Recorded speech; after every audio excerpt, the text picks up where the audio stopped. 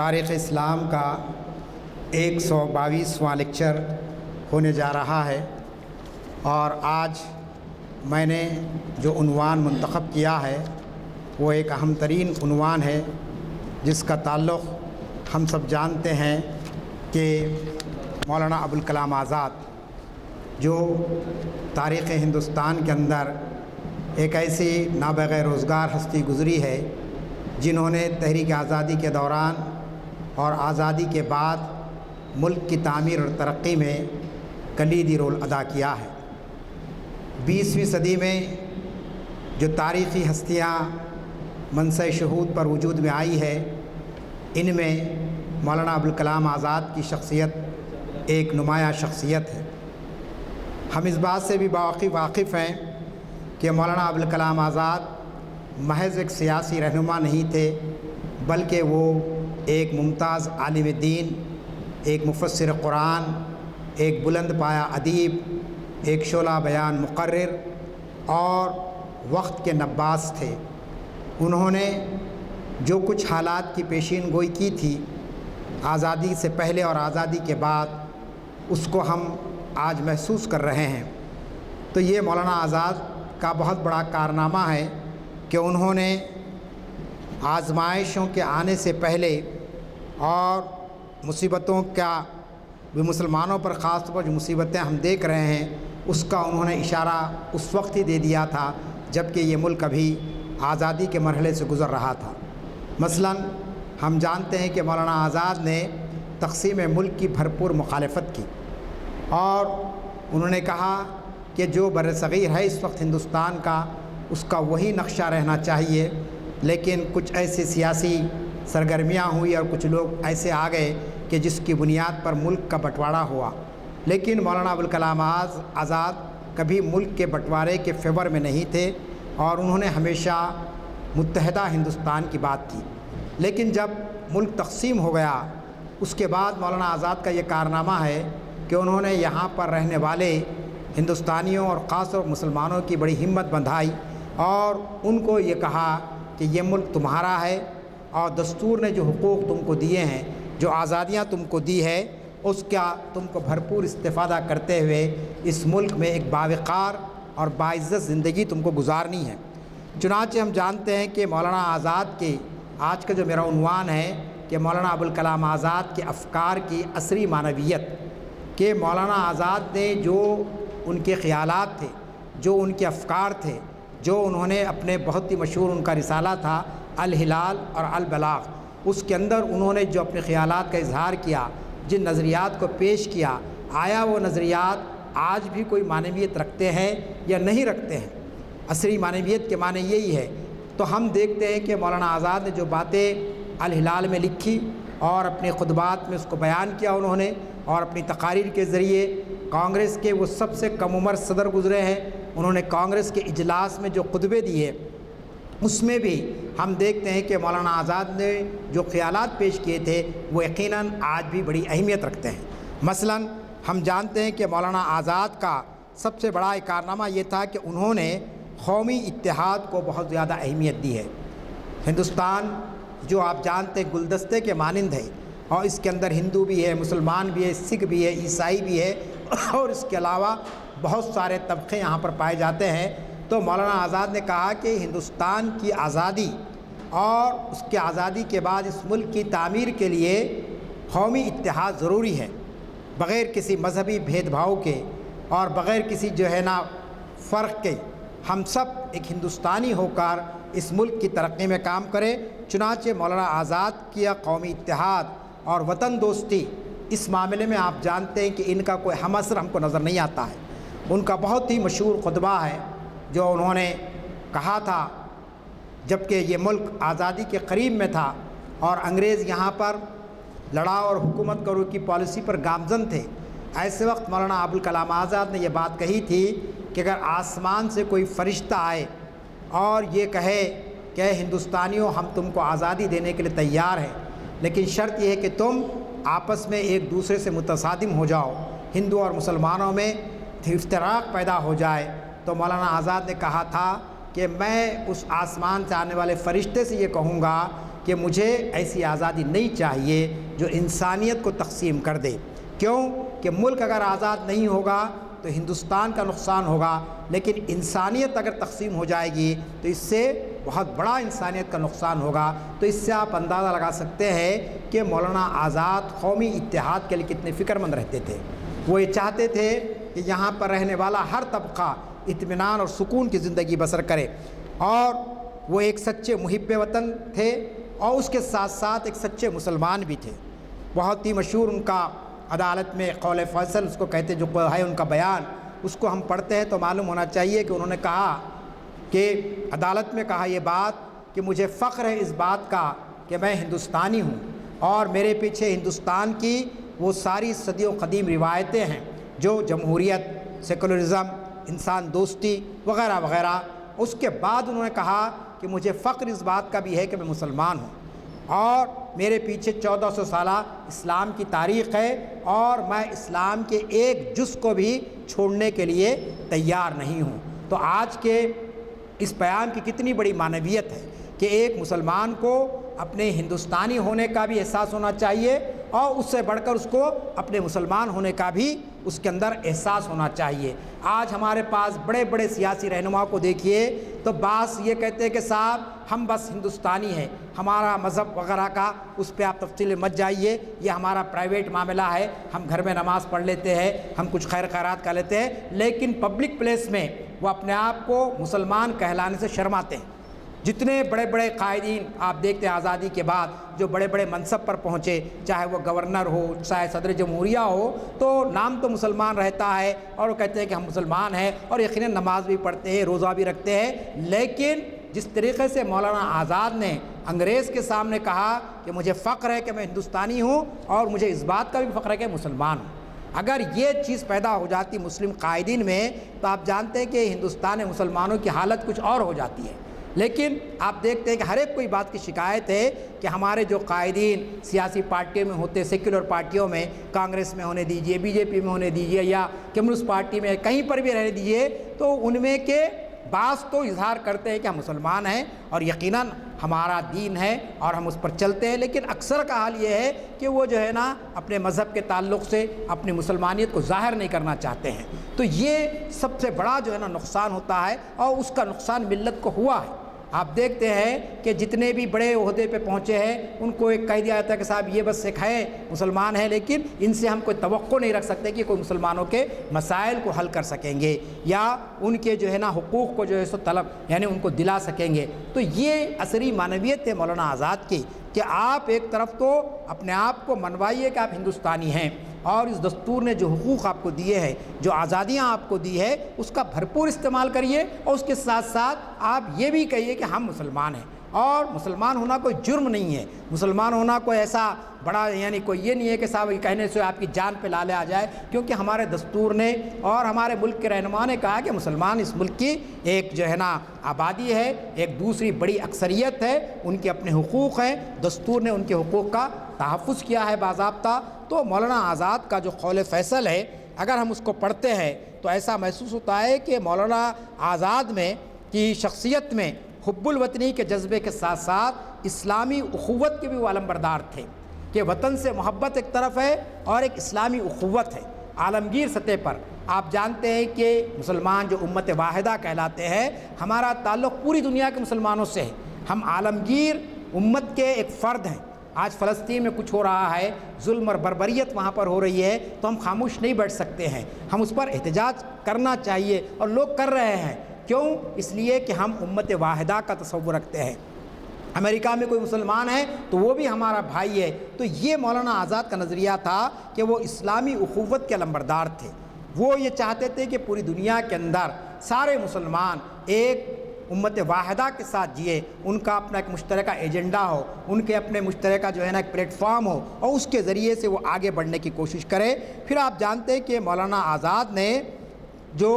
تحریک آزادی کے دوران میں جبکہ ہندوستان ایک نئے دور سے گزر رہا تھا، اس وقت انہوں نے جو آزادی کی جنگ میں حصہ لیا، تحریک آزادی میں اپنے آپ کو جس طریقے سے انہوں نے پوری طریقے سے جھونک دیا اور جو سور انہیں پھونکا تحریک آزادی کا قوم کے اندر، آپ دیکھتے ہیں کہ اس سے جو انقلاب آیا، اس سے جو بیداری آئی، اس کا اعتراف گاندھی جی نے کیا، اس کا اعتراف پنڈت جواہر لال نہرو نے کیا، اور دیگر لوگوں نے بھی کیا کہ واقعی مولانا آزاد نے اپنے قلم کے ذریعے، اپنی زبان کے ذریعے ایک ایسا جہاد کیا کہ جس کے نتیجے میں یہ ملک آزاد ہو سکا ہے۔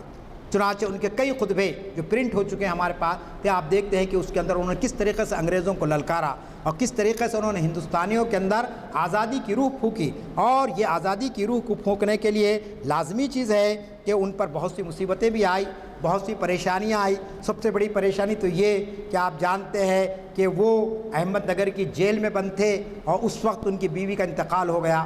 اور بیوی جب علالت کے دور سے گزر رہی تھی، جب اطلاع ملی مولانا آزاد کو کہ بھئی ان کی بیوی علالت میں ہے، تو انگریز جو جنرل تھا، جو جیلر تھا جیل کا، اس نے کہا کہ مولانا آزاد آپ ایک درخواست دے دیجئے کہ میری بیوی جو ہے نا علیل ہے، تو ہم آپ کو پیرول پر چھوڑ دیں گے تاکہ آپ جا کر عیادت کر سکیں۔ لیکن آپ جانتے ہیں کہ مولانا آزاد نے کہا کہ نہیں، میں کوئی درخواست انگریز کو نہیں دوں گا، میں اس سے کوئی گزارش نہیں کروں گا۔ چنانچہ آپ جانتے ہیں کہ انہوں نے اپنی بیوی کا آخری دیدار بھی نہیں کیا، وہ جیل میں تھے اور بیوی کا انتقال ہو گیا، تو اتنی بڑی ان کی قربانی ہے۔ پھر اسی طریقے سے آپ جانتے ہیں کہ انہوں نے جو اخبار نکالے، اس پر جو پابندیاں انگریزوں کی جانب سے لگائی گئی، لیکن انہوں نے اس کی کوئی پرواہ نہیں کی۔ انہوں نے جو پیغام دینا تھا اور جو چیزیں لوگوں کے اندر وہ چاہتے تھے کہ آزادی کا جذبہ پیدا کرنا تھا، انہوں نے اس کی بھرپور کوشش کی، اور پھر بہت ہی کم عمری کے اندر، اب آپ تصور کیجئے کہ کانگریس جو اس دور کی ایک قدیم پارٹی تھی اور ایک ہی پارٹی تھی پورے ہندوستان کے اندر، اس کے سوا کوئی سیاسی پارٹی نہیں تھی، لیکن اس کے وہ صدر بنائے گئے جبکہ عمر اس وقت ان کی 31 سال تھی۔ صرف 31 سال کا شخص آپ جانتے ہیں کہ اتنی بڑی پارٹی کا جو ہے نا صدر بنایا گیا، اور پھر ان کے دور صدارت کے اندر اس پارٹی کو جو تقویت ملی اور جس طریقے سے کانگریس عوام میں مقبول ہوئی،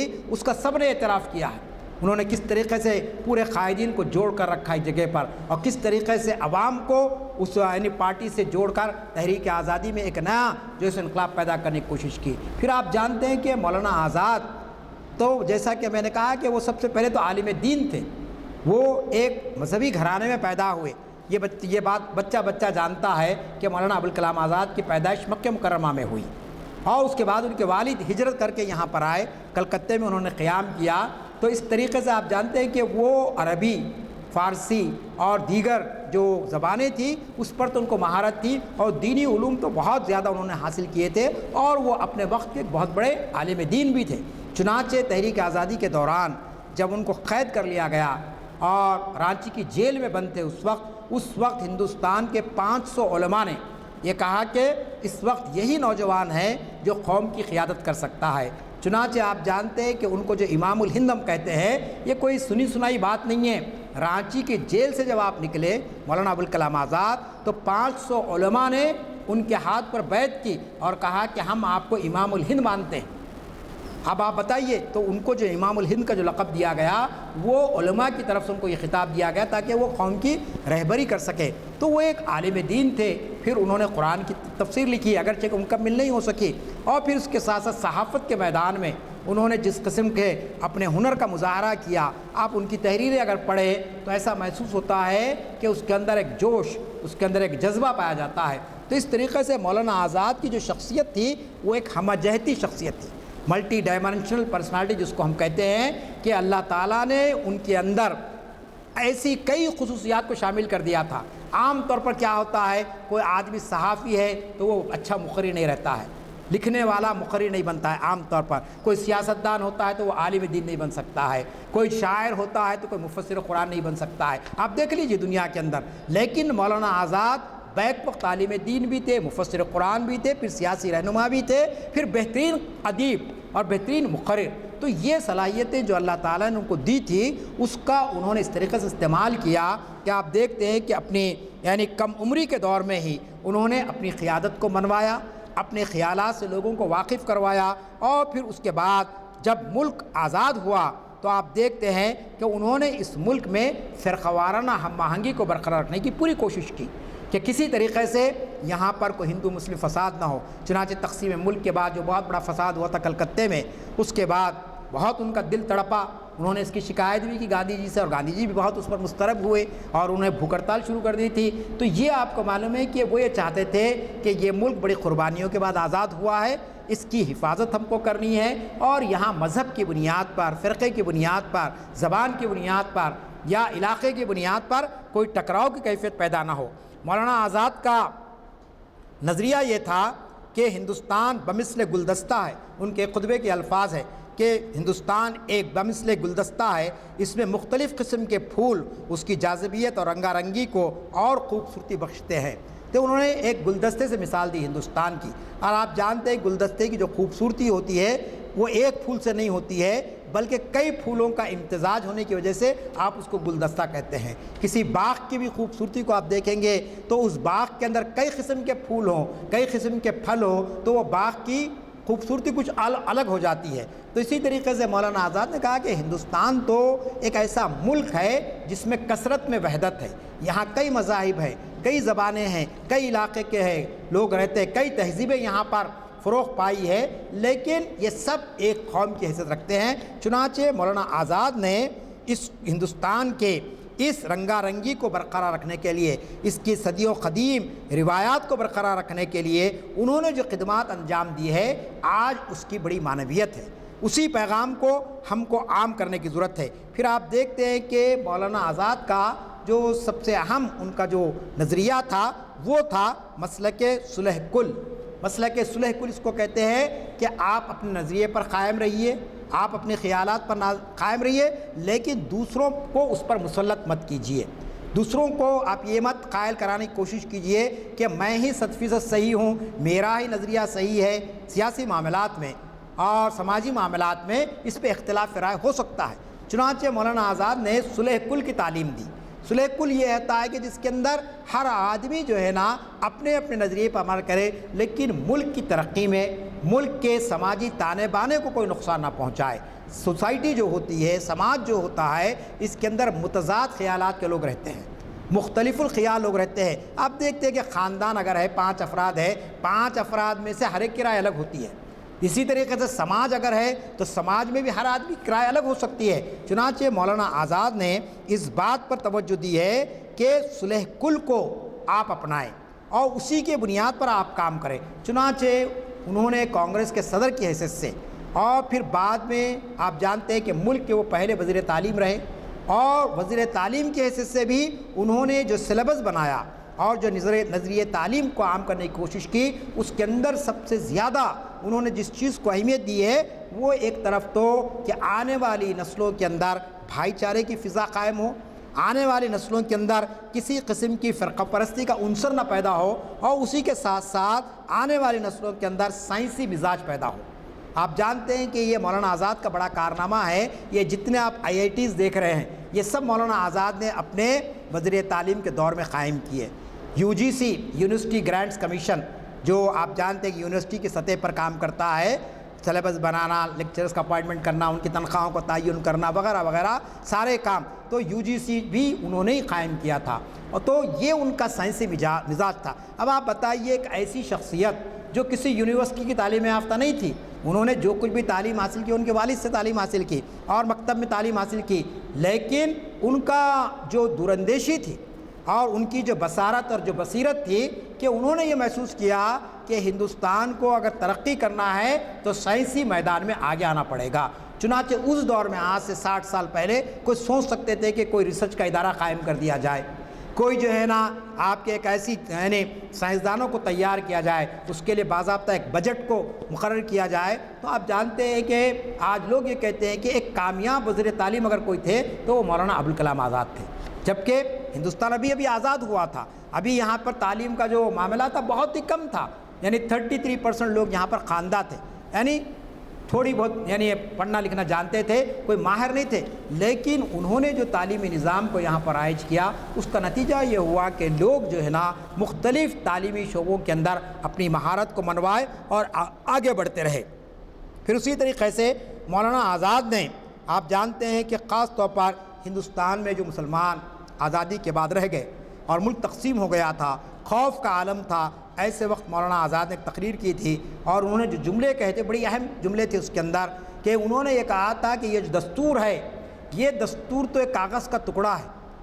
اور یہ دستور اس وقت مسلمانوں کی تعداد 15 کروڑ کے قریب تھی۔ انہوں نے کہا کہ 15 کروڑ کے مسلمان اگر یہ سمجھ رہے ہیں کہ یہ کاغذ کا ٹکڑا تمہاری حفاظت کرے گا تو میں تم سے یہ کہنا چاہتا ہوں کہ تم خواب غفلت میں ہیں. تم کو حرکت و عمل کا جذبہ اپنے اندر پیدا کرنا ہے. تم کو زمانے کے تقاضوں کے ساتھ چلنا ہے. تم کو جو دستور کے اندر جو حقوق دیے گئے ہیں, دستور کے اندر جو آزادیاں دی گئی ہے, اس کو تم کو استعمال کرنا ہے. اب آپ جانیے کتنی حقیقت ہمارے سامنے ہے. آج یہ دستور موجود ہے, اور یہ دستور کے موجود ہوتے ہوئے بھی آج ہندوستان مسلمان تعلیمی طور پر پسماندہ ہے, معاشی طور پر بدحال ہے, اور دیگر شعبوں کے اندر دیگر طبقوں سے بہت پیچھے. تو کیوں؟ اس لیے کہ مسلمانوں نے حرکت و عمل کا جذبہ ان میں سے ختم ہو گیا. مولانا آزاد نے کہا کہ دستور تمہاری حفاظت کرے گا, جان و مال کی حفاظت کرے گا, تم کو مذہبی آزادی کی تمہاری حفاظت کرے گا, لیکن ترقی کے لیے تم کو آگے آنا ہوگا. اگر تم آگے نہیں آئیں گے تو لازمی چیز ہے کہ زمانہ تم کو رونتے ہوئے نکل جائے گا. چنانچہ آپ جانتے ہیں کہ انہوں نے 30 آپ کی بہت مشہور کتاب ہے انڈیا ونس فریڈم. آپ جانتے ہیں کہ انڈیا ونس فریڈم میں انہوں نے کتاب تو لکھ دی, لیکن 30 صفحات ایسے تھے. انہوں نے کہا تھا کہ میرے مرنے کے 30 سال کے بعد اس کو شائع کر رہا ہے. چنانچہ ان کی وصیت پر عمل کیا گیا, بعد میں اس کو شائع کیا گیا. تو انہوں نے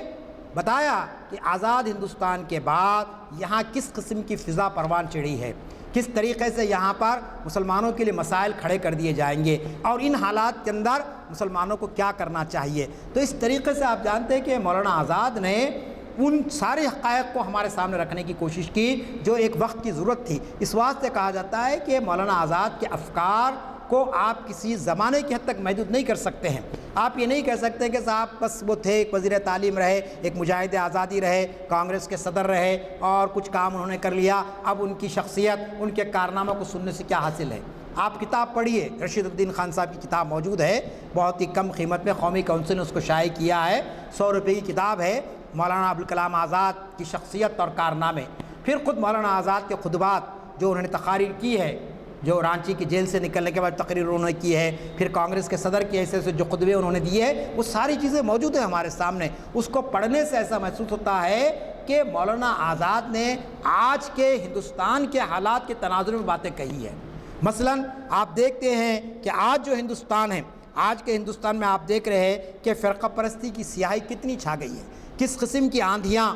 اس وقت پورے ملک میں چل رہی ہے. نفرت, نفاق, بغض, انات, یہ ساری چیزیں آج ہمارے پاس آ چکی ہے. مولانا آزاد نے اس وقت متنبع کیا تھا کانگریس کے قائدین کو کہ اگر آپ اس ملک کے اندر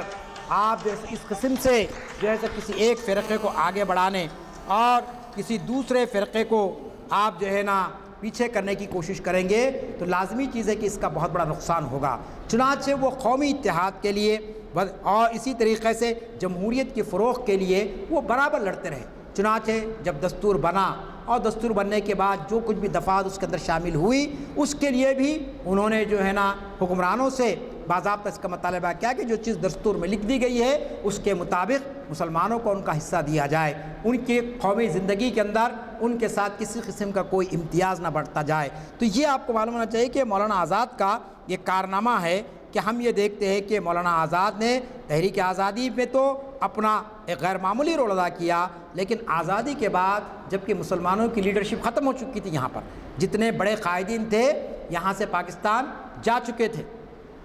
اور کوئی ایسا خداور قائد یہاں پر نہیں تھا سوائے مولانا ابوالکلام آزاد کے. اور پھر اس وقت مولانا آزاد نے ایک تقریر کی, جامع مسجد کی سیڑھیوں پر کھڑے رہ کر یہ تقریر کی تھی اور کہا تھا کہ دیکھو کہ تمہارے جو آبا و اجداد تھے وہ آئے یہاں پر اور گنگا جمنا کے یعنی پانی سے انہوں نے وضو کیا ہے, اور وہ یہاں کے یعنی وطن یہیں انہوں نے اپنی زندگی گزاری ہے اور یہیں پر وہ مدفون ہو گئے ہیں. یہ تمہارے اسلاف کی سرزمین ہے, اور اگر تم اس کو چھوڑ کر جا رہے ہیں تو فرار کے نام پر ہجرت کا راستہ تم اختیار کر رہے ہیں. تو یہ مولانا آزاد کا کارنامہ تھا کہ کس طریقے سے مولانا آزاد نے جو ہے نا لوگوں کے سامنے اس چیز کو پیش کیا ہے. پھر اس کے بعد آپ جانتے کہ مولانا آزاد جب ملک آزاد ہو گیا تو بڑے افسوس کے ساتھ ہم کو یہ کہنا پڑتا ہے کہ ملک کے حکمرانوں نے اور ملک کے سیاستدانوں نے ان کو وہ مقام عطا نہیں کیا, وہ مرتبہ نہیں دیا جس کے وہ مستحق تھے. آپ جانتے ہیں کہ بھارت رتن جو ایوارڈ ہے, جو ہندوستان کا سب سے بڑا سول ایوارڈ ہے, ہر ایرے غیرے کو دیا گیا ہے, لیکن مولانا آزاد جبکہ اس کے پہلے مستحق تھے, مولانا آزاد کو یہ ایوارڈ نہیں دیا گیا. کافی عرصے کے بعد کئی سالوں کے بعد انتقال کے بعد یہ ایوارڈ ان کو اس انداز میں دیا گیا کہ بائی پوسٹ اس کو بھیج دیا گیا ان کے کسی رشتہ دار کے پاس، کیونکہ وہ صاحب اولاد نہیں تھے، ان کو اولاد نہیں ہوئی تھی۔ تو آپ بتائیے کہ کتنی ان کے ساتھ ناانصافی ہوئی ہے کہ وہ شخصیت جس نے ملک کی تقسیم کے بعد یہاں پر فرقہ وارانہ ہم آہنگی کو برقرار رکھنے کے لیے، ہندوستان کو متحد رکھنے کے لیے اپنی جو ہے نا پوری طریقے سے اپنے آپ کو جو ہے نا انہوں نے زندگی کو وقف کر دیا تھا، لیکن ان کے ساتھ ان کے مرنے کے بعد ان کی خدمات کا کوئی اعتراف نہیں کیا گیا ہے۔ اب آپ جانتے ہیں کہ آج ان کا یوم پیدائش ہے۔ اب آپ بتائیے جامع مسجد عالیہ کے علاوہ کہیں پر بھی مولانا آزاد کی جو ہے سو یاد نہیں منائی جا رہی ہے۔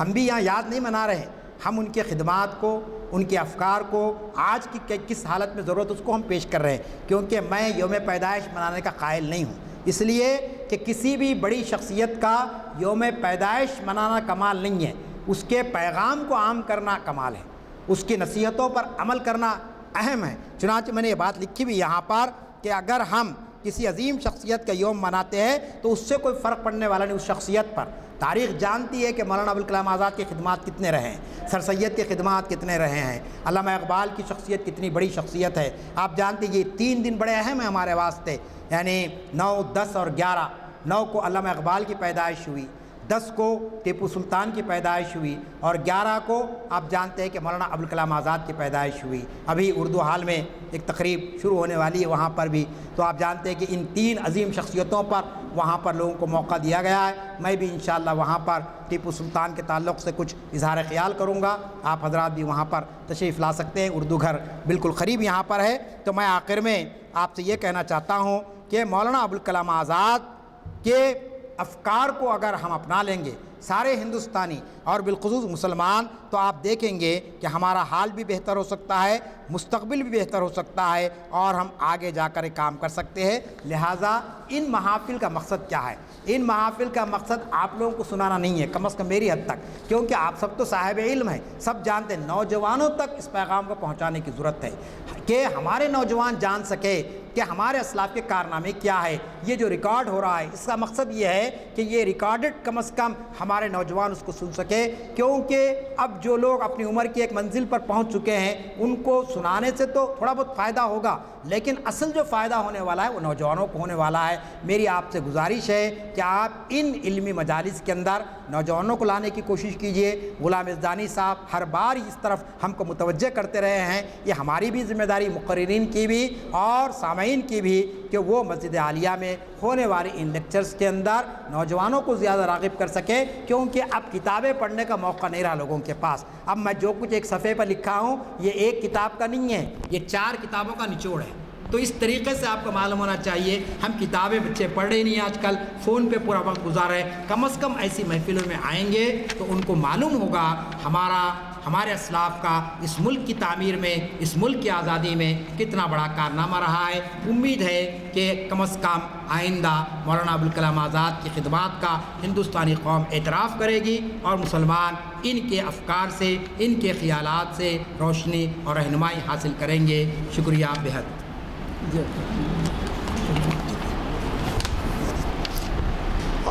السلام علیکم ورحمۃ اللہ وبرکاتہ۔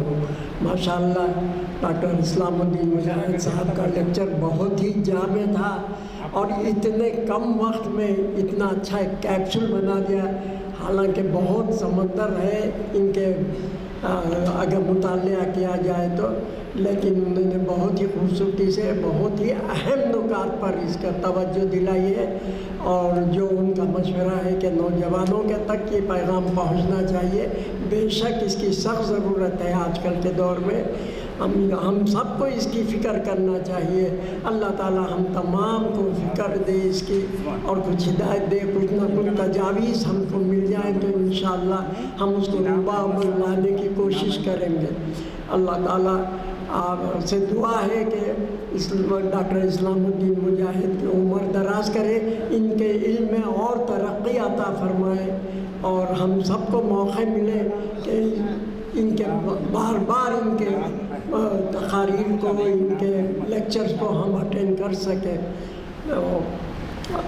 دعا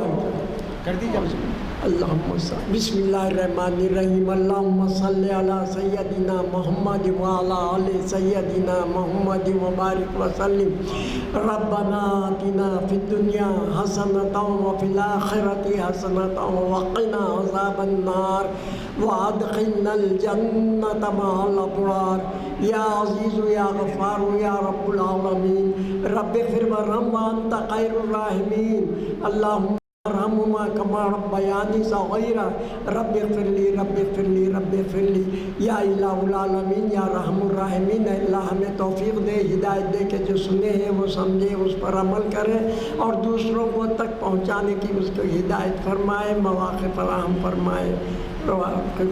الحمدللہ رب العالمین اس کے ساتھ